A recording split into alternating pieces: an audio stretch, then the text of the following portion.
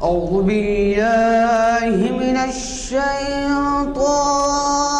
الرجيم. بسم الله الرحمن الرحيم.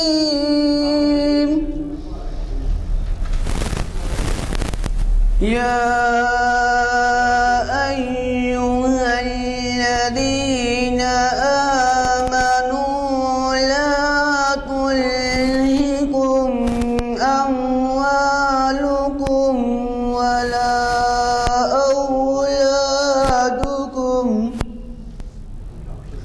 ولا أولادكم عن ذكر الله ومن يفعل ذلك فأولئك هم الخاسرون.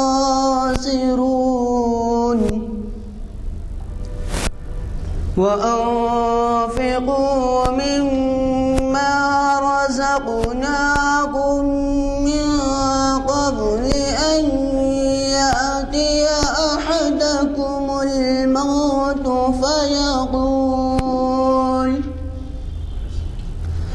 فيقول رب لولا أخرتني إلى أجل قريب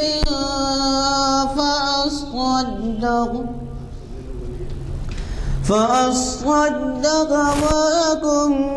من الصالحين.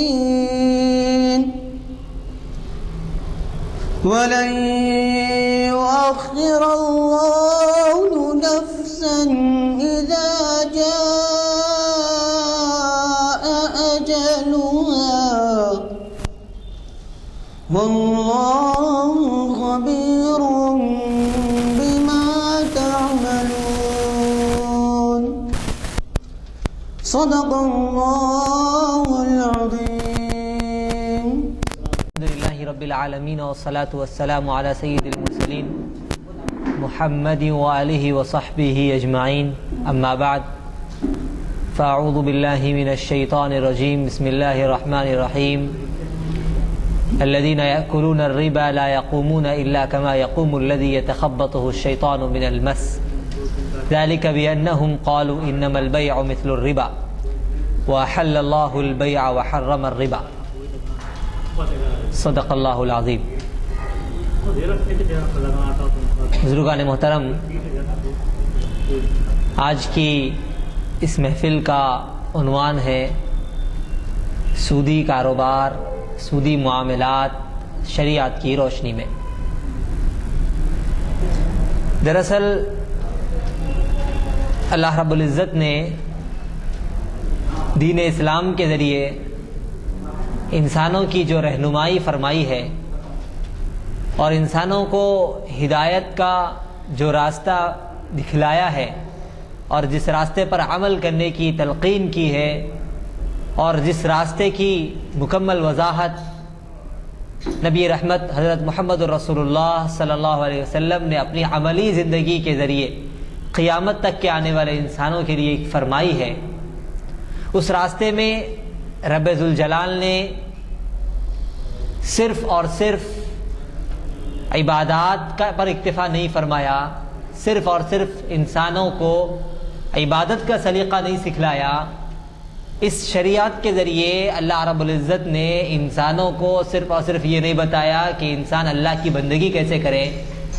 رب ذوالجلال کی وحدانیت اور اللہ کی بڑائی اور اللہ کی کبریائی کیسے بیان کرے، صرف اسی پر اکتفا نہیں کیا گیا، بلکہ اس کے ساتھ ساتھ انسانی زندگی میں پیش آنے والے تمام گوشوں، انسانی زندگی میں پیش آنے والے تمام مراحل اور انسانوں کو درپیش تمام مسائل کے سلسلے میں ان کی رہنمائی فرمائی. اور نہ صرف یہ کہ رہنمائی فرمائی بلکہ انہیں اس بات کا پابند کیا گیا کہ وہ اپنے تمام معاملات شریعت کی روشنی میں مکمل کریں اور اپنے تمام مسائل کی یکسوئی شریعت کی روشنی میں کریں. چنانچہ جن لوگوں نے اس کو قبول کیا رب ذوالجلال نے ان کے لیے بڑے انعامات کا اعلان کیا، اور جن لوگوں نے اسے انکار کیا رب ذوالجلال نے ان کے لیے بڑی سخت وعیدیں بیان فرمائی۔ لیکن بڑا المیہ یہ ہے کہ جیسے جیسے وقت گزرتا جا رہا ہے لوگوں کے ذہن میں پتہ نہیں کیوں یہ بات مستحکم ہوتی جا رہی ہے کہ وہ سمجھ رہے ہیں کہ دین نام ہے صرف اور صرف عبادات کا، دین نام ہے صرف اور صرف نماز، روزے، زکوٰۃ اور حج کا، دین نام ہے مخصوص قسم کی قربانی اور مخصوص قسم کے کچھ اعمال کرنے کا، دین ہمیں صرف اس حد تک ہدایت دے سکتا ہے، یہ ہم نے اپنے طور پر طے کر لیا۔ دین نے تو ہمارے لیے حدود متعین کیے تھے اور ہمارے لیے راستے بتائے تھے، اور دین نے تو ہمارے لیے راہیں مقرر کی تھی کہ تم فلاں فلاں راستے کو اختیار کر سکتے ہو اور فلاں فلاں راستے کو اختیار نہیں کر سکتے۔ لیکن نعوذ باللہ ہم نے دین کی حدود متعین کر لیے، اور ہم نے دین کی باؤنڈری متعین کر لی کہ دین ہمیں صرف ان چیزوں میں روک سکتا ہے اور ٹوک سکتا ہے، دین ہمیں ان چیزوں میں احکامات دے سکتا ہے اور ان چیزوں میں ہمارے رہنمائی کر سکتا ہے، اس کے علاوہ جتنے طریقے ہوں گے، جتنے راستے ہوں گے، جتنے مراحل ہوں گے اور زندگی کے جتنے مسائل ہوں گے، اس سلسلے میں ہمیں دین سے کوئی علم حاصل کرنے کی ضرورت نہیں ہے۔ گویا ہم نے اپنے حال سے یہ کہہ دیا کہ دین کو اس بات کا حق نہیں ہے کہ وہ ہمارے ان معاملات میں مداخلت کرے۔ بزرگان محترم، آج اگر ہم ہماری زندگی کا بغور جائزہ لیں تو ہر عقل مند یہ سمجھ سکتا ہے کہ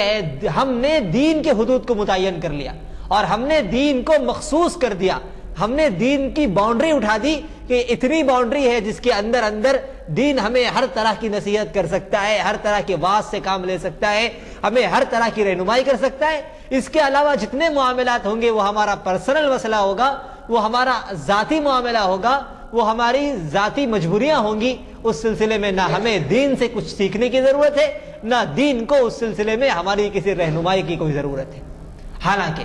اللہ رب العزت نے اور نبی رحمت حضرت محمد رسول اللہ صلی اللہ علیہ وسلم نے صحابہ کرام کی جو تربیت فرمائی تھی، ان کے معاشرے پر اگر ہم نظر ڈالیں گے تو اس معاشرے میں عبادات بھی تھی، اس معاشرے میں معاملات بھی تھی۔ صحابہ کرام صرف عبادتوں کے لیے حضور اکرم صلی اللہ علیہ وسلم کے پاس رجوع نہیں ہوا کرتے تھے، صرف عبادات کے مسائل کو حل کرنے کے لیے صحابہ کرام حضور کے پاس آتے ہوں اور باقی سارے معاملات وہ اپنے طور پر حل کرتے ہوں، ایسا ہرگز نہیں تھا۔ مسجد نبوی میں نبی رحمت صلی اللہ علیہ وسلم جہاں صحابہ کرام کی نماز کی امامت فرمایا کرتے تھے، جہاں انہیں نماز پڑھایا کرتے تھے، جہاں انہیں قرآن مجید کی تعلیم دیا کرتے تھے، جہاں انہیں روزے اور زکوٰۃ کے مسائل سمجھایا کرتے تھے، وہی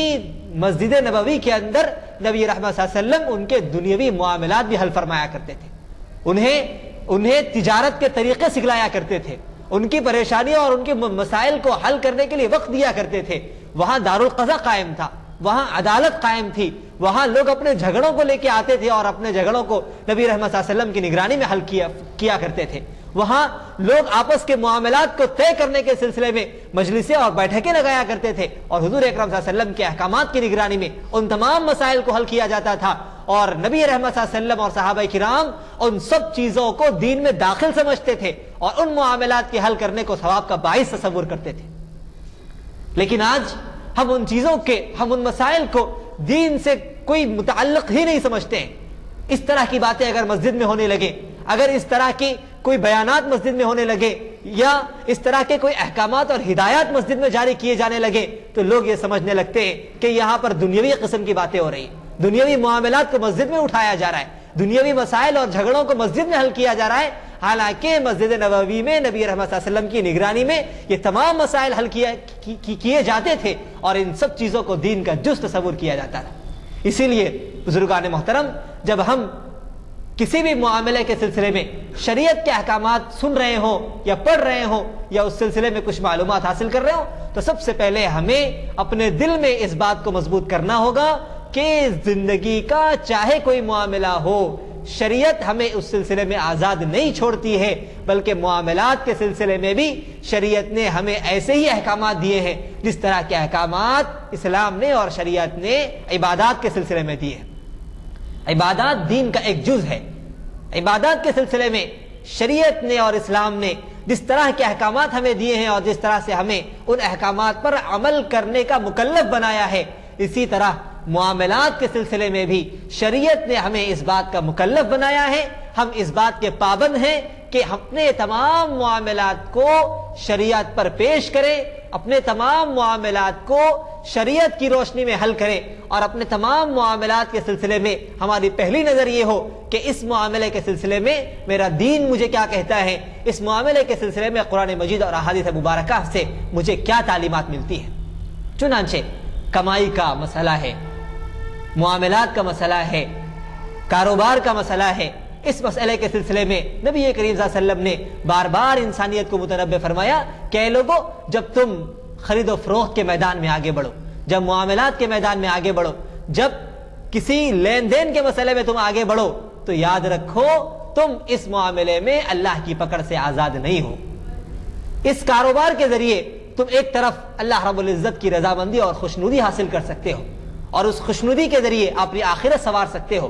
اور اسی کاروبار کو بگاڑ کر، اسی کاروبار میں احتیاط نہ برتنے کی وجہ سے تم اللہ کی ناراضگی کے مستحق بن سکتے ہو اور اپنی آخرت تباہ و برباد کر سکتے ہو۔ چنانچہ بار بار کہا گیا یا ایھا الذین آمنوا کلوا من الطیبات، اے ایمان والو پاکیزہ روزی اختیار کرو، پاکیزہ رزق اختیار کرو، کمائی کا وہ ذریعہ اختیار کرو جو اس کو اللہ رب العزت نے پاکیزہ اور حلال بنایا ہے۔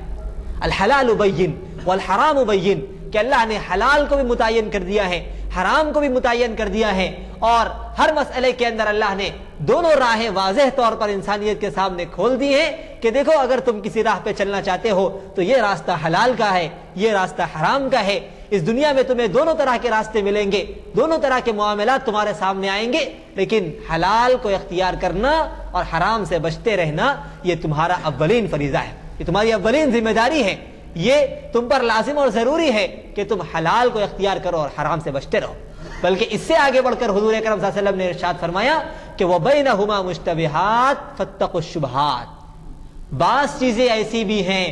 جو انسانوں کے سامنے واضح نہیں ہو پاتی، ان کے نزدیک وہ چیز مشتبہ ہوتی ہے، اس کا حکم ان کے نزدیک واضح نہیں ہوتا۔ حضور اکرم صلی اللہ علیہ وسلم نے فرمایا کہ اگر کسی مسئلے کا حکم تمہارے سامنے واضح نہ ہو اور کسی مسئلے کے سلسلے میں تم حلال اور حرام کو متعین کر نہیں پا رہے ہو تو تمہارا کام یہ ہے کہ جب تک اس کا حلال ہونا واضح نہ ہو جائے اپنے آپ کو اس مشتبہ چیز سے روکے رہو۔ ہمارا مزاج یہ ہوتا ہے کہ جب کوئی چیز مشتبہ ہوتی ہے ہم یہ سوچنے لگتے ہیں کہ اب تو کر لیں گے، پھر اگر معلوم ہو جائے کہ یہ حرام ہے تو ہم پھر اس کو چھوڑ دیں گے۔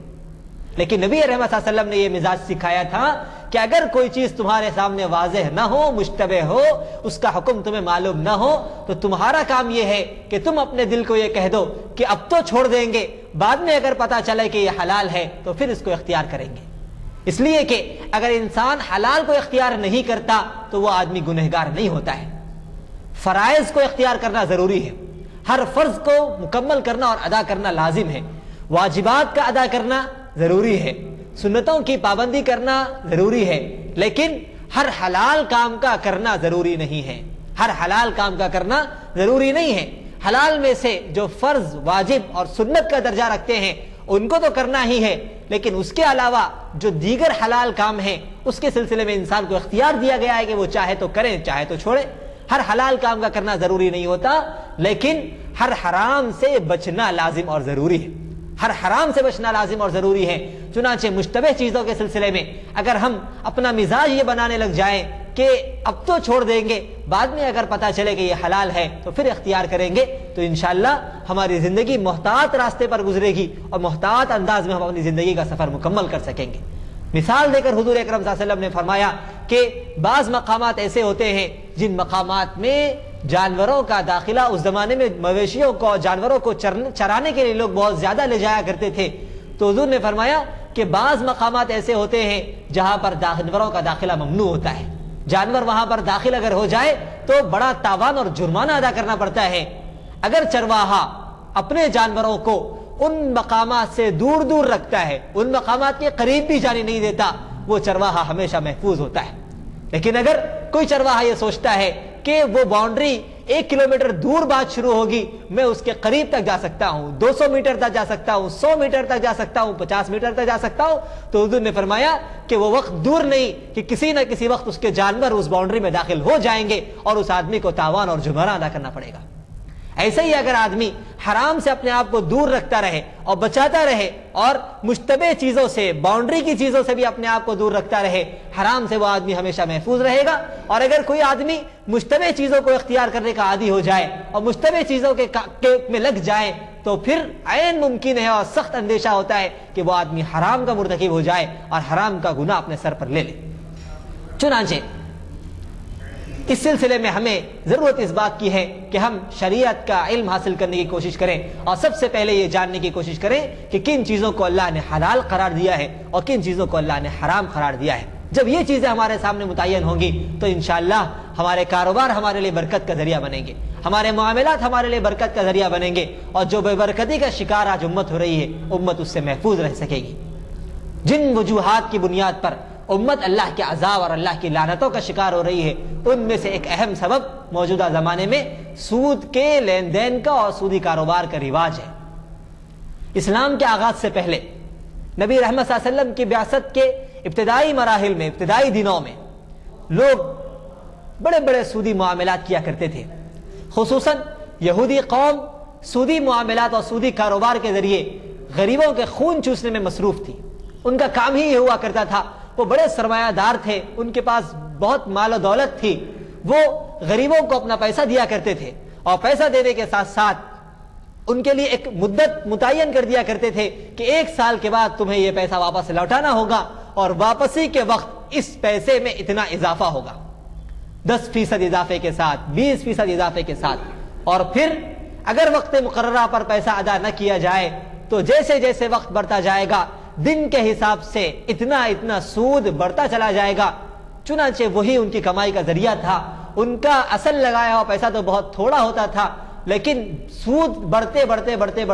اتنا بڑھ گیا ہوتا تھا کہ وہ غریب بڑے پریشانی کے عالم میں ہوا کرتے تھے، بڑی مجبوری کی حالت ان کی ہوا کرتی تھی اور ہمیشہ ان کے سروں پر سود کا ایک عجیب قسم کا بوجھ رہا کرتا تھا۔ نبی رحمت صلی اللہ علیہ وسلم نے اس سود کی لعنت کو امت میں سے ختم فرما دیا اور سودی معاملات کو نبی کریم صلی اللہ علیہ وسلم نے کل عدم قرار دے دیا اور سودی معاملات پر نبی اللہ رب العزت نے پابندی لگا دی اور صاف طور پر کہہ دیا کہ آج کی تاریخ کے بعد کسی کے لیے اللہ رب العزت نے سود کو حلال قرار نہیں دیا ہے۔ اور پھر آگے بڑھ کر بڑی سخت وعید بیان کی کہ فَإِن لَمْ تَفْعَلُوا فَأْذَنُوا بِحَرْبٍ مِّنَ اللَّهِ وَرَسُولِهِ، کہ اگر تم اللہ رب العزت کے اس واضح حکم کے باوجود سودی معاملات کو چھوڑنے کے لیے تیار نہیں ہیں اور سودی معاملات کو چھوڑنا نہیں چاہتے، سودی معاملات میں تم لگے رہنا چاہتے ہو، تو پھر اللہ اور اس کے رسول صلی اللہ علیہ وسلم کے ساتھ جنگ کے لیے تیار ہو جاؤ۔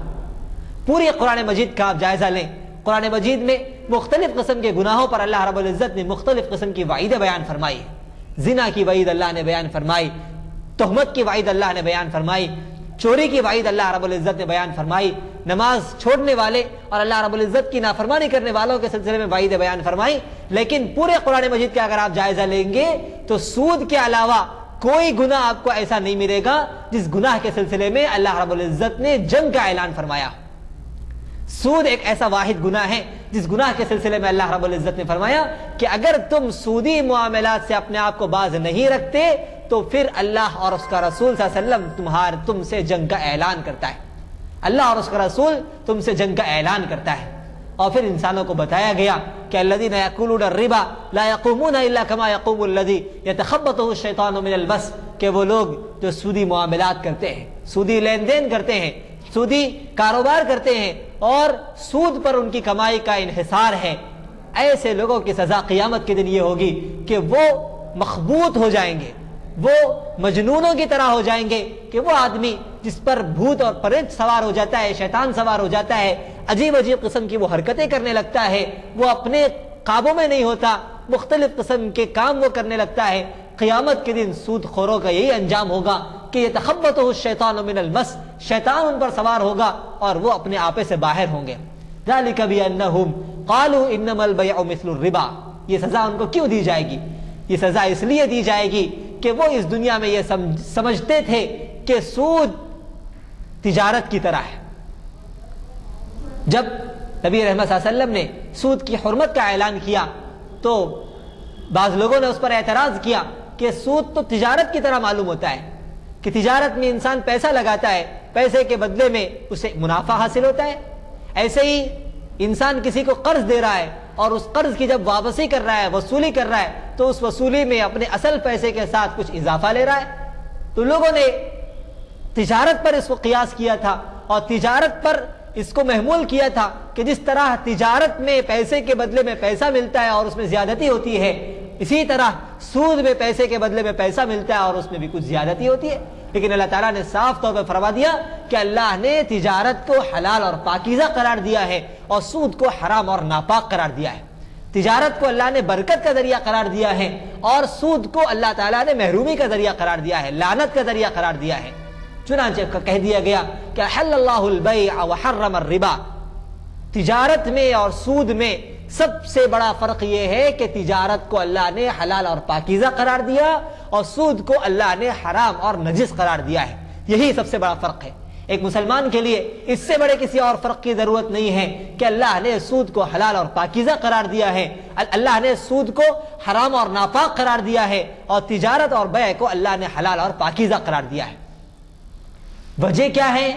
کیوں اللہ نے ایسے کیا ہے؟ اس کی بڑی مصلحتیں ہیں اور رب ذوالجلال اس پوری کائنات کو پیدا کرنے والا، اس پوری کائنات کے نظام کو چلانے والا، وہ اس کی مصلحتوں کو اور اس کی وجوہات کو بہت اچھی کے ساتھ جان سکتا ہے۔ ہم بندے ہیں، ہمیں اللہ نے حکم دیا ہے کہ ہم تجارت کو اختیار کریں اور سود سے اپنے آپ کو باز رکھیں، ورنہ اگر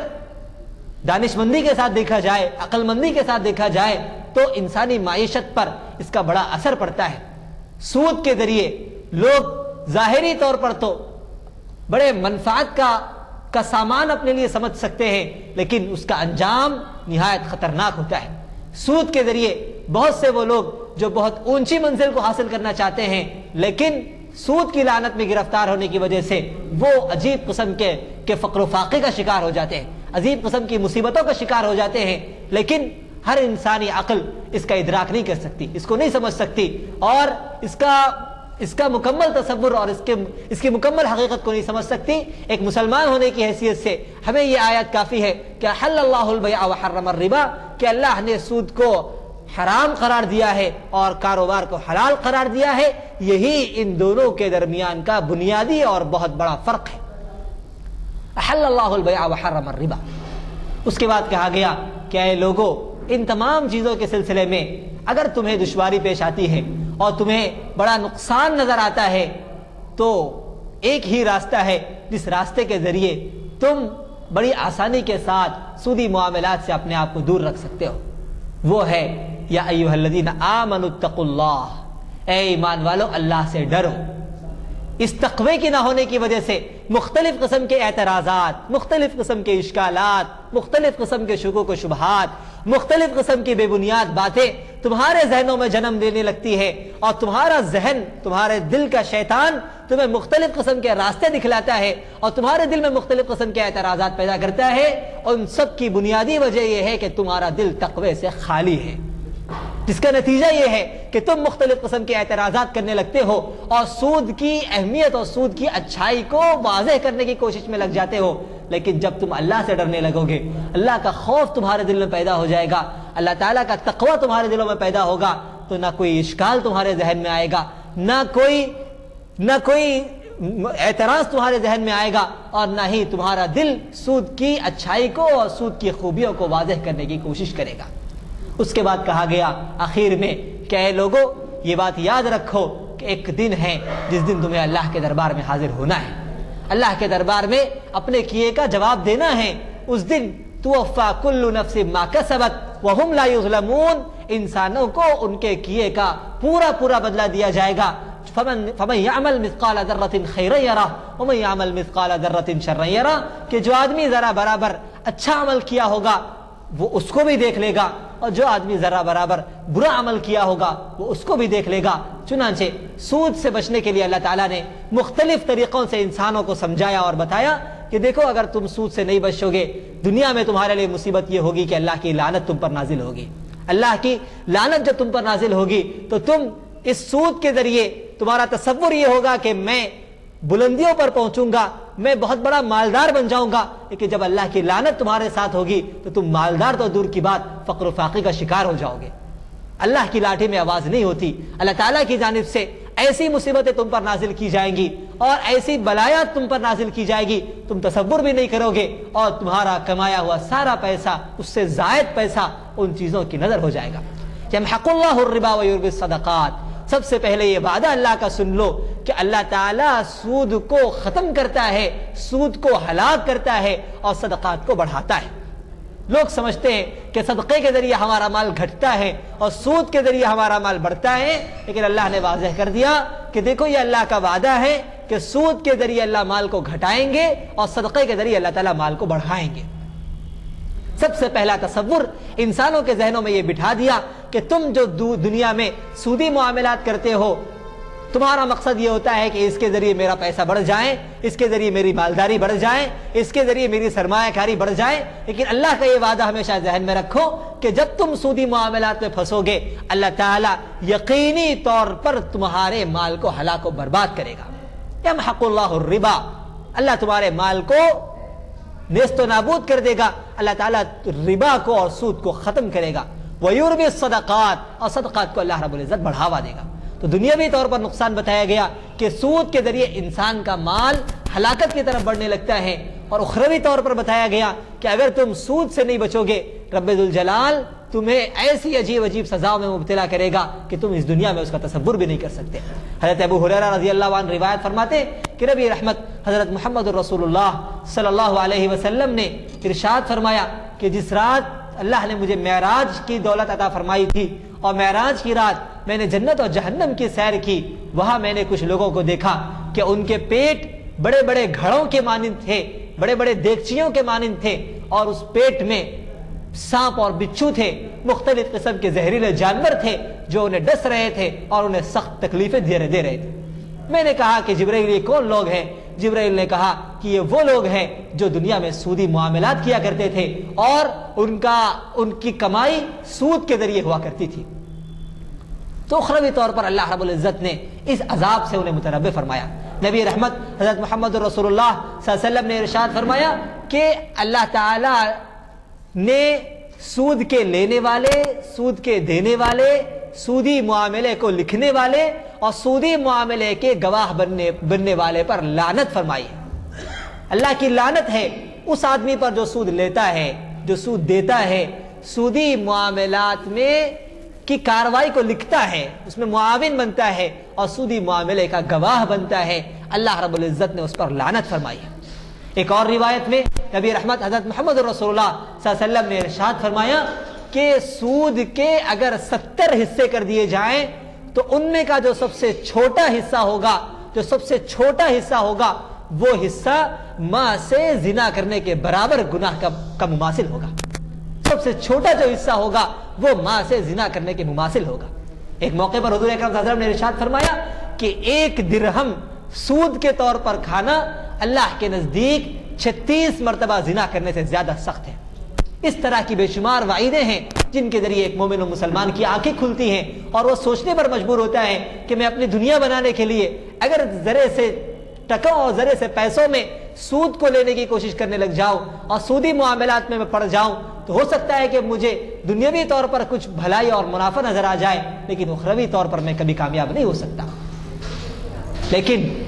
جیسے جیسے دن آگے بڑھتے جا رہے ہیں، مختلف قسم کے ایسے سودی معاملات جس میں واضح طور پر سود موجود ہوتا ہے، لوگ ان چیزوں کو اختیار کرنے میں کسی قسم کا کوئی تکدر نہیں کر رہے، کسی قسم کا کوئی شبہہ، کسی قسم کا کوئی شائبہ، کسی قسم کا کوئی احتراز ان کے دل میں پیدا نہیں ہوتا، اور وہ بڑی آسانی کے ساتھ ان چیزوں میں پڑ جاتے ہیں اور ان چیزوں میں لگ جاتے ہیں، جس کا نتیجہ یہ ہے کہ آج اللہ کی جانب سے لعنتیں ہم پر نازل ہو رہی ہیں، اللہ کی جانب سے رزق میں تنگی ہم پر نازل ہو رہی ہے، اللہ کی جانب سے دعاؤں کی عدم قبولیت کے ہم شکار ہو رہے ہیں۔ نبی کریم صلی اللہ علیہ وسلم نے پیشین گوئی فرمائی تھی کہ ایک زمانہ آئے گا کہ لوگ گڑ گڑا کے اللہ رب العزت سے مانگیں گے، اتنا مانگیں گے کہ ان کے آنکھوں کے آنسو بہتے بہتے ان کی داڑیاں تر ہو جائیں گی، لیکن اللہ کے نزدیک ان کی کوئی دعا قبول نہیں ہوگی۔ وجہ کیا ہوگی؟ وجہ یہی ہوگی کہ ان کا کھانا حرام ہوگا، ان کا پینا حرام ہوگا، ان کا لباس حرام ہوگا، پھر کیوں ان کی دعائیں قبول ہوں گی؟ کیا وجہ ہے کہ اللہ رب العزت ان کی دعائیں قبول کر لے؟ ان کی عبادتیں قبول نہیں ہوں گی، ان کی دعائیں قبول نہیں ہوں گی، عبادتوں کے جذبات ان کے اندر پیدا نہیں ہوں گے۔ اسی لیے اللہ تعالیٰ نے فرمایا کہ اے ایمان والو، پاکیزہ روزی کھاؤ، اللہ کی عبادت کرو۔ اللہ کی عبادتوں کا سبب اللہ رب العزت نے پاکیزہ روزی کو قرار دیا ہے کہ انسان جب پاکیزہ روزی اختیار کرتا ہے، اس روزی کے ذریعے جب اس کے جسم میں خون پیدا ہوتا ہے، اس روزی کے ذریعے جو خون کا دوران اس کے جسم میں پیدا ہوتا ہے اور اس کے جسم میں جو نشو و نما پیدا ہوتی ہے، وہ چیز اسے اللہ کی عبادتوں کی طرف مائل کرتی ہے۔ لیکن جب حرام روزی کے ذریعے اس کا جسم پروان چڑھنے لگتا ہے اور اس کی رگوں میں حرام خون دوڑتا ہے، تو پھر وہ حرام خون اسے حرام کاموں کی طرف لے جاتا ہے، پھر اس کا دل اللہ کی طرف متوجہ نہیں ہوتا، عبادتوں میں اس کا دل نہیں لگتا۔ وہ مسجد میں آتا ہے تو گویا ایسا محسوس ہوتا ہے کہ پرندہ پنجرے کے اندر آ چکا ہے اور وہ موقع کی تلاش میں ہے کہ کب پنجرا کھول دیا جائے اور میں مسجد سے باہر نکل جاؤں، میں پنجرے سے باہر نکل جاؤں۔ جس طرح سے منافق کی علامت حضور نے بیان فرمائی کہ المنافق فی المسجد کالطیر فی القفص، کہ جب پرندہ پنجرے کے اندر ہوتا ہے ہر آن اس کی فکر یہی ہوتی ہے کہ میں کیسے پنجرے سے نکل جاؤں۔ ایسے ہی آج ہماری حالت یہ ہے کہ ہم مسجدوں میں آتے ہیں، ہمارا دل بازار کی طرف ہوتا ہے، ہم منتظر ہوتے ہیں کہ کب امام سلام پھیر دے اور ہم مسجد سے باہر نکل جائیں، کب نماز مکمل ہو جائے اور ہم مسجد سے باہر نکل جائیں، کب نماز کا مرحلہ ختم ہو جائے اور ہم اپنے کام میں مصروف ہو جائیں۔ یہ حضور نے منافق کی علامت بیان کی تھی، آج وہ ہماری علامت بنتی چلی جا رہی ہے۔ وجہ یہ ہے کہ ہم نے حلال کو چھوڑ کر حرام کو اختیار کر لیا۔ نتیجہ یہ ہوا کہ اس حرام کی وجہ سے جو خون ہمارے دلوں میں، ہمارے رگوں میں دوڑنے لگا، اس نے ہمیں حرام کی طرف راغب کر دیا۔ اسی لیے بزرگان محترم، موجودہ دور میں سودی جو معاملات ہیں، ان معاملات سے اپنے آپ کو بچانے کی ضرورت ہے۔ مختلف قسم کے وہ معاملات جس میں سود واضح طور پر نظر آتا ہے، ہمیں چاہیے کہ اس سے اپنے آپ کو بچائے رکھیں۔ اب سوال یہ ہے کہ سود کہتے کسے ہیں؟ تو سود کی بڑی آسان تعریف نبی رحمت صلی اللہ علیہ وسلم نے ارشاد فرمائی ہے کہ سود کہتے ہیں پیسے کے بدلے میں پیسہ انسان لے اور اس میں اضافے کی شرط لگا دے۔ پیسے کے بدلے میں پیسہ انسان حاصل کرے اور اس میں اضافے کی شرط لگائے کہ میں تمہیں 10,000 روپے دے رہا ہوں، مجھے تم 1 مہینے کے بعد میری رقم واپس کرو، لیکن جب واپس کرو گے 1,000 کا اضافہ لازمی ہوگا۔ یہ سود کی بنیادی تعریف ہے۔ سود کہتے ہیں کہ کسی کو کسی وقت مقررہ تک کے لیے کوئی پیسہ دیا جائے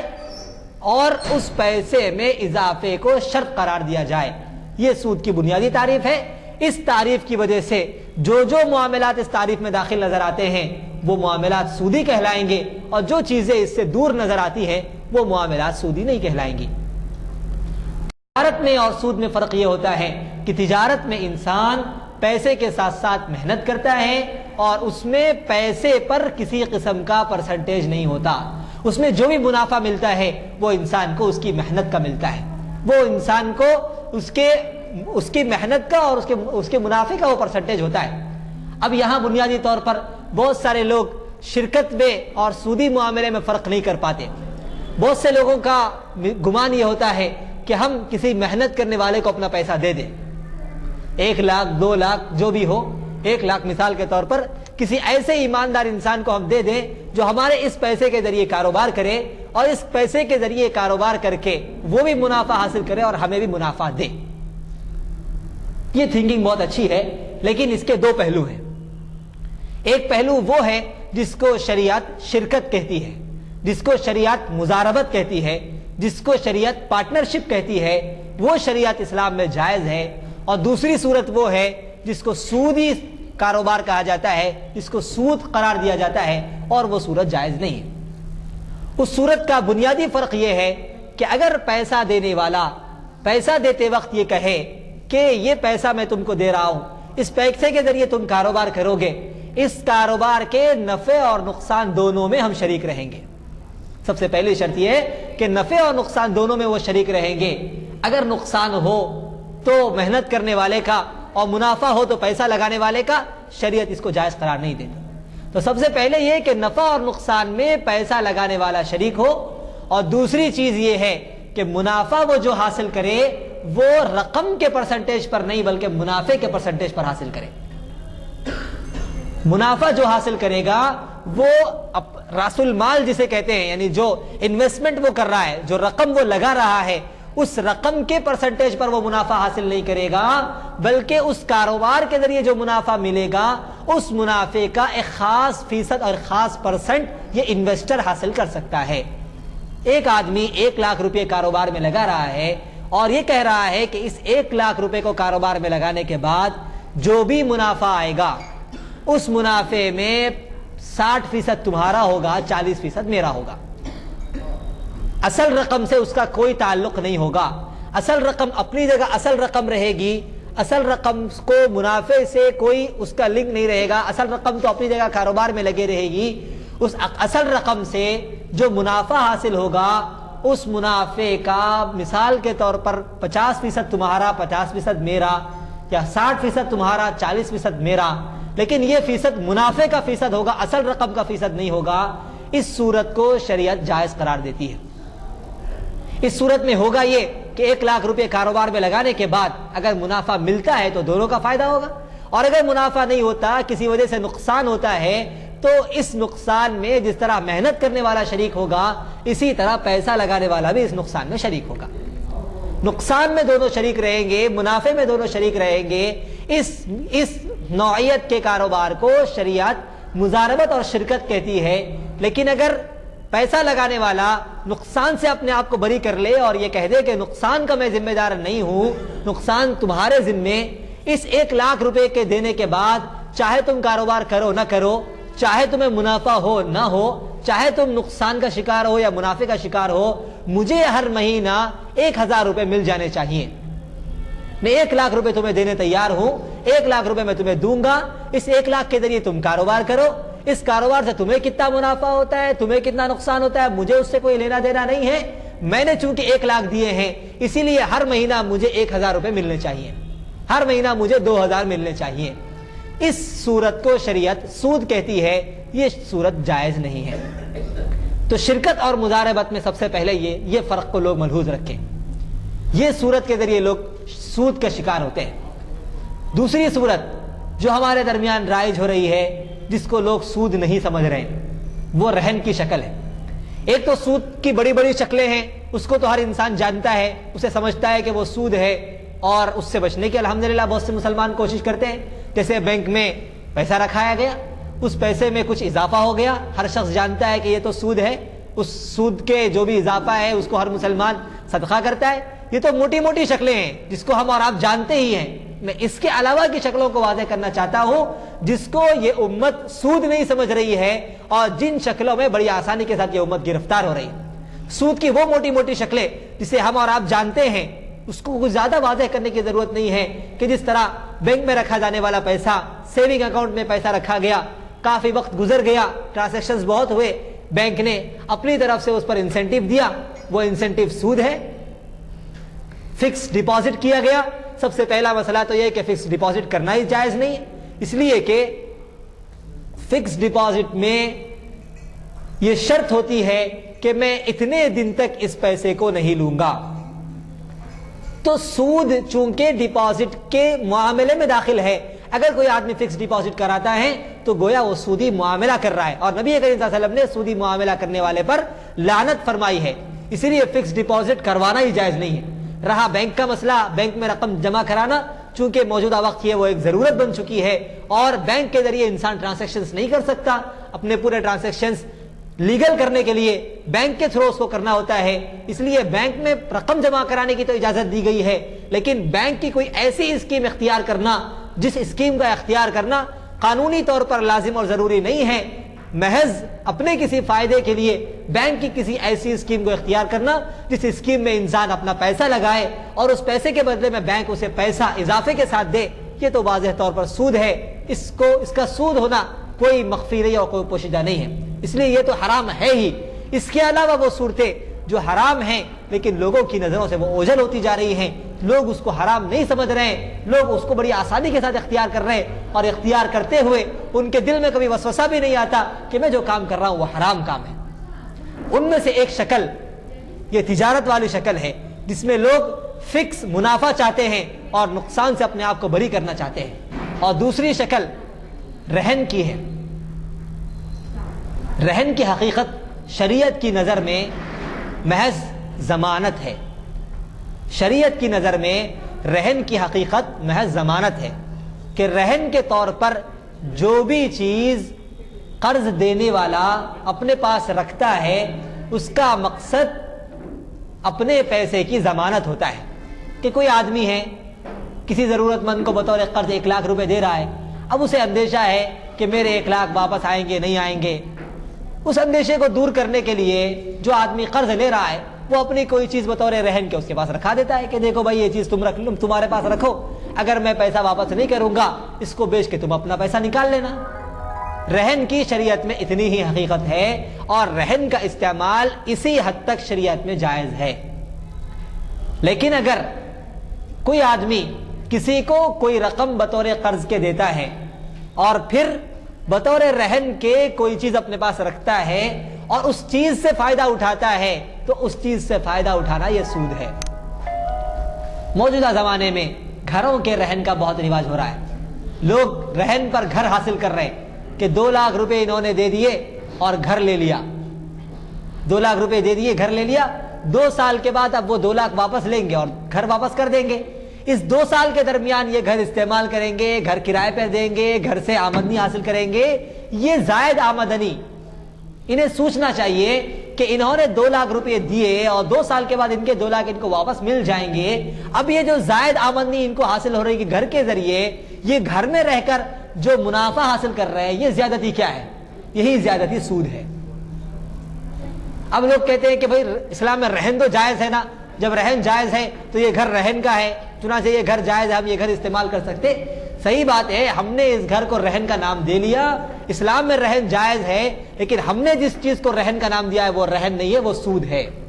ہم نے جس چیز کو رہن کا نام دیا ہے وہ رہن نہیں ہے بلکہ وہ سود ہے. رہن تو اس کو کہتے ہیں کہ آدمی کوئی چیز کوئی رقم کسی کو دے اور بطور ضمانت کے اس کی کوئی چیز اپنی تحویل میں اور اپنی نگرانی میں رکھ لے. بس اتنی ہی رہن کی حقیقت ہے. اس چیز کو استعمال کرنا, اس سے فائدہ اٹھانا, اس سے کسی قسم کی منفعت کا حصول, اس سے کسی قسم کی پیداوار یا اس سے کسی قسم کی آمدنی کا ذریعہ, یہ سب شریعت میں جائز نہیں ہے. اس لیے رہن کی اس شکل سے بچنے کی بڑی سخت ضرورت ہے. سود کی ایک اور شکل جسے لوگ بڑی آسانی کے ساتھ حاصل کر رہے ہیں وہ ہے لائف انشورنس یا انشورنس کی مختلف پالیسیز. انشورنس کی پالیسی میں انسان غور کرے کہ ہوتا کیا ہے. ایک آدمی پیسہ دیتا ہے اور انشورنس کی پالیسی میں 2 چیزیں شامل ہیں, ایک تو سود اور دوسرا جوا, اور دونوں کو شریعت نے حرام قرار دیا ہے. جوا کس کو کہتے ہیں؟ جوا کہتے ہیں کہ ایک آدمی کوئی پیسہ یا کوئی رقم لگائے اس نیت کے ساتھ کہ مجھے اس سے زیادہ ملے گا اگر ملے گا تو, ورنہ میری دی ہوئی رقم بھی ہاتھ سے چلی جائے گی. یہی جوا ہے. جیسے سٹے باز مختلف قسم کے جوئے کھیلتے ہیں, گھوڑے کی ریس میں, اس میں ہر پیسہ لگانے والے کی یہی امید ہوتی ہے کہ میں یہ لگا رہا ہوں مجھے اس سے کئی گنا زیادہ ملے گا, اگر ملے گا تو, نہیں تو پھر میرا پیسہ بھی میرے ہاتھ سے جائے گا. بہت سے مالدار مالداری کی اونچائی سے غربت کی سطح پر آ جاتے ہیں اور بہت سے غریب غربت سے مالداری پر پہنچ جاتے ہیں. شریعت نے اس راستے کو بند ہی کر دیا ہے. شریعت نے اس کی اجازت ہی نہیں دی کہ جوئے کا کوئی معاملہ تمہارے لیے جائز نہیں. انشورنس کی جو پالیسی ہوتی ہے اس میں جوا اور سود دونوں داخل ہیں. ایک تو یہ کہ ایک آدمی اپنا پیسہ دے رہا ہے, اب یا تو یہ کہ وہ پیسہ جتنا پیسہ اس نے جمع کیا ہے اس سے زائد رقم اس کو ملے گی یا اس کی دی ہوئی رقم بھی ہاتھ سے چلی جائے گی. اگر اس سے زائد رقم اس کو مل گئی تو یہ سود ہو گیا, پیسے کے بدلے میں پیسہ, اور جو زائد رقم ہے وہ سود. اور اگر اس کے ہاتھ سے وہ رقم بھی چلی گئی, اس کو اپنی رقم استعمال کرنے کی ضرورت ہی نہ پڑی, تو پھر یہ جوا ہو گیا اور اس نے اپنا پیسہ تو لگایا, پیسے کے ساتھ ساتھ گناہ میں بھی ملوث ہو گیا. لائف انشورنس کی بھی وہی حالت ہے. انسان زندگی بھر ایک رقم جمع کراتا ہے اور اس کے انتقال کے بعد, اس کے مرنے کے بعد اس سے کئی گنا بڑھ کر وہ رقم ملتی ہے. تو جو رقم اس نے جمع کرائی اس سے زائد رقم جو اس کے ورثہ حاصل کر رہے ہیں وہ سود ہے. جمع کرانے والا تو قبر میں سو رہا ہے لیکن اس سے اس کے ورثہ منافع حاصل کر رہے ہیں اور اس کا عذاب قبر میں سونے والے انسان کو ہو رہا ہے. تو انشورنس کی جو شکلیں ہیں جن شکلوں کو ہم نے اپنے درمیان رائج کر لیا ہے، یہ شکلیں بھی سود کو شامل ہونے کی وجہ سے حرام ہیں۔ اس طرح کے بہت سے کاروبار ہیں جس کے بارے میں ہمیں غور کرنے کی ضرورت ہے کہ اگر ہم پیسہ لگا رہے ہیں اور پیسے کے بدلے میں بغیر کسی محنت کے، بغیر کسی منافع کے ہمیں پیسہ اضافے کے ساتھ مل رہا ہے، تو پیسے کے بدلے میں جب پیسہ ملے گا اور اس میں اضافہ ہوگا تو یہ چیز حرام ہوگی۔ البتہ اگر کسی آدمی نے کسی کو بطور قرض کوئی رقم دی اور قرض دیتے وقت کسی بھی طرح کی کوئی شرط نہیں تھی اضافے کی، قرض دیتے وقت اضافے کی کوئی شرط نہیں تھی، اور قرض دینے والا جس وقت قرض دے رہا تھا اسے زائد کی امید بھی نہیں تھی، اسے زائد کی امید بھی نہیں تھی، بس محض رحم دلی کی بنیاد پر اس نے کسی ضرورت مند کو بطور قرض کی کوئی رقم دی۔ اب واپسی کے وقت میں اگر وہ شخص اس رقم کو زیادتی کے ساتھ اپنی دل کی خوشی سے ادا کرتا ہے تو یہ سود نہیں ہوگا، یہ سود نہیں ہوگا۔ لیکن اس سلسلے میں یہ بات ذہن میں رہے کہ اس میں سب سے پہلے شرط تو یہ ہے کہ قرض دیتے وقت زیادتی کی کوئی شرط نہ ہو، اور دوسری شرط یہ بھی بہت اہم ہے کہ دینے والے کو زیادتی کی امید نہ ہو، اس لیے کہ شریعت کا ضابطہ ہے کہ المعروف کالمشروط، کہ اگر کوئی چیز عام ہو جاتی ہے، معروف ہو جاتی ہے، کہ اگر کسی صاحب کے بارے میں یہ معروف ہو گیا کہ یہ صاحب جب بھی پیسے واپس کریں گے زیادہ ہی دیں گے، اب دینے والا یہ امید کے ساتھ دے رہا ہے کہ میں شرط تو نہیں لگا رہا ہوں لیکن مجھے 100% یقین ہے کہ جب یہ صاحب مجھے واپس کریں گے زائد ہی واپس کریں گے، اسی امید سے وہ آدمی پیسہ دے رہا ہے، تو اب واپسی کے وقت میں جو زیادتی ہوگی وہ زیادتی سود کہلائے گی، وہ زیادتی جائز نہیں رہے گی۔ نبی رحمت حضرت محمد رسول اللہ صلی اللہ علیہ وسلم نے بھی اپنی زندگی میں مختلف قسم کے قرضے حاصل کیے ہیں، اور حضور اکرم صلی اللہ علیہ وسلم نے بہت سی مرتبہ قرضوں کی ادائیگی کے موقع پر ان کی اصل رقم سے زائد رقم قرض دینے والے کو ادا فرمائی ہے۔ یہودی سے حضور اکرم صلی اللہ علیہ وسلم نے قرض لیا تھا، اور پھر جب یہودی واپسی کے مطالبے کے لیے حضور کے پاس پہنچا، بڑی سختی کے ساتھ اس نے واپسی کا مطالبہ کیا۔ حضور اکرم صلی اللہ علیہ وسلم نے حضرت بلال کو حکم دیا کہ وہ اس کا قرض واپس کرے، اور پھر یہ بھی حکم دیا کہ کچھ مزید اضافہ اس کے اندر کرے۔ یہ جو اضافہ تھا، اس اضافے میں جس وقت قرض لیا گیا تھا اس وقت شرط میں اضافہ داخل نہیں تھا، اور اضافے کی کوئی امید لینے والے کو نہیں تھی۔ حضور اکرم صلی اللہ علیہ وسلم نے اضافے کے ساتھ دیا۔ یہ اضافے کے ساتھ دینا یہ حسن اخلاق تھے حضور اکرم صلی اللہ علیہ وسلم کے، یہ حضور صلی اللہ علیہ وسلم کے اچھے اخلاق تھے۔ یہ اس میں اور سود میں بہت بڑا فرق ہے۔ بعض نادان لوگوں نے حضور اکرم صلی اللہ علیہ وسلم کے اس معاملے کو دیکھ کر سود کو حلال کرنے کی کوشش کی، اور انہوں نے اس طرح کی باتیں عام کرنے کی کوشش کی کہ قرض کی واپسی کے وقت حضور اکرم صلی اللہ علیہ وسلم نے اضافے کے ساتھ پیسہ دیا تھا، اسی لیے اگر کوئی آدمی کسی سے قرض لے اور واپسی میں اس میں اضافے کی شرط ہو تو اس شرط سے کوئی مضائقہ نہیں اور کوئی حرج نہیں ہے۔ انہیں سمجھ لینا چاہیے کہ سود میں اور حسن اخلاق میں بہت بڑا فرق ہے۔ اگر قرض کے لیتے ہوئے اضافے کی کوئی شرط داخل نہیں تھی اور واپسی کے موقع پر اضافے کے ساتھ دیا جا رہا ہے تو اس کی تو اجازت ہے، لیکن اگر کسی بھی طرح کے اضافے کی کوئی شرط اس میں تھی اور واپسی کے وقت میں اضافہ کیا جا رہا ہے تو پھر وہ واضح طور پر سود ہوگا، اور اس کا لینے والا اللہ کے نزدیک لعنت کا مستحق ہوگا۔ بہرحال یہ سود سے متعلق اہم مسائل تھے۔ بنیادی طور پر چھوٹے سے وقت کے اندر سود کے تمام معاملات کو اور احکامات کو واضح کرنا ممکن نہیں ہے۔ مقصد یہ ہے کہ ہمارے درمیان یہ احساس پیدا ہو جائے کہ سودی معاملات اللہ کے نزدیک بہت خطرناک ہیں، اور سودی معاملات ہمارے حرکت کا ذریعہ ہے۔ جب یہ احساس ہمارے اندر پیدا ہوگا ہم ہمارے ہر معاملے کو شریعت پر جانچیں گے اور شریعت پر پرکھیں گے کہ کہیں میرا یہ معاملہ سود کی نظر تو نہیں ہو رہا ہے، کہیں اس معاملے میں سود تو داخل نہیں ہو رہا۔ جب یہ احساس ہمارے اندر پیدا ہوگا انشاءاللہ ہم اپنے معاملات کو سودی معاملات سے بچانے کی کوشش کریں گے، اور ہمارے کاروبار اللہ کے نزدیک مقبول ہوں گے، اور حلال روزی کہ ہم مستحق بنیں گے اور حلال روزی ہم کمانے والے بنیں گے۔ اللہ تعالیٰ سے دعا ہے کہ اللہ تعالیٰ ہمیں صحیح سے سمجھ بوجھ عطا فرمائے۔ ایک سوال ہے جی